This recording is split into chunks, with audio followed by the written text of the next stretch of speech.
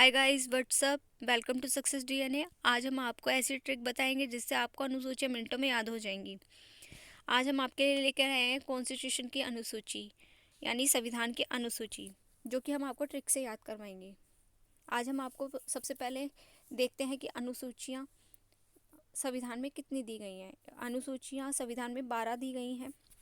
वह कौन कौन सी है? पहले में राज्य, दूसरे में वेतन, तीसरे में शपथ, चौथे में राज्यसभा, पांचवें में अनुसूचित क्षेत्र से संबंधित, इसे एससी के नाम से भी जानते हैं। छठी में अनुसूचित जनजाति क्षेत्र के प्रशासन से संबंधित, जिसे एसटी के नाम से भी जानते हैं। सातवीं में संघ सूची, राज्य सूची, संवर्ती सूची। आठवीं भाषा। नौवीं अधिनियम। 10वीं दल बदल। 11वीं पंचायत, जो कि गांव में होती है। 12वीं नगर पालिका, जो कि शहर में पाई जाती है। चलिए अब हम इसे ट्रिक के माध्यम से देखते हैं।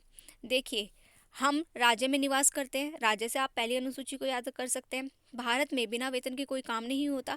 वेतन से आप दूसरी अनुसूची को याद कर सकते हैं। सांसद वेतन लेने के बाद शपथ लेंगे। शपथ से आप तीसरी अनुसूची को याद कर सकते हैं। शपथ लेने के बाद ही उन्हें राज्यसभा में प्रवेश मिलेगा। राज्यसभा को आप चौथी अनुसूची से याद कर सकते हैं। जब वो सांसद बन गए तो SC ST के लिए काम करेंगी। SC से आप पाँचवीं अनुसूची को याद कर सकते हैं। ST से आप छठी अनुसूची को याद कर सकते हैं। काम कहाँ होगा? तो संघ और राज्य या संघ और राज्य मिलकर करते हैं, जिसे है संघ, राज्य और संवर्ती सूची के नाम से जानते हैं।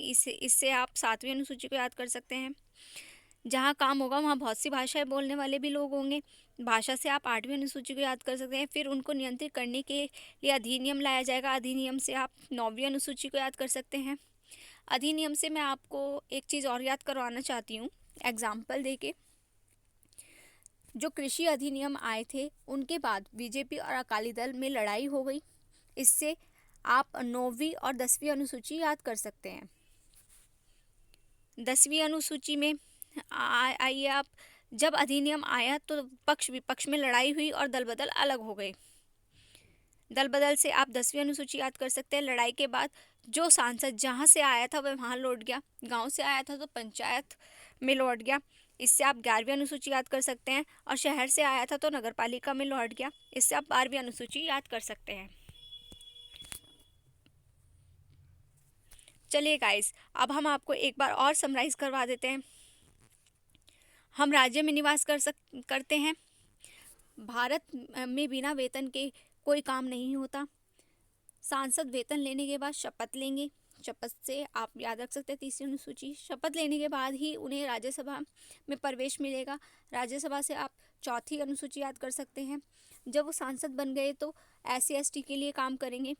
इससे आप पाँचवीं अनुसूची और छठी अनुसूची को याद कर सकते हैं। काम कहाँ होगा? तो संघ और राज्य और संवर्ती सूची में होगा। इससे आप सातवीं अनुसूची याद कर सकते हैं। जहाँ काम होगा वहाँ भाषाएं भी बोलने वाले बहुत होंगे। इससे आप आठवीं अनुसूची को याद कर सकते हैं। फिर उनको नियंत्रित करने के लिए अधिनियम लाया जाएगा। अधिनियम से आप नौवीं अनुसूची को याद कर सकते हैं। जब अधिनियम आया तो पक्ष विपक्ष में लड़ाई हुई और दल बदल हो गया।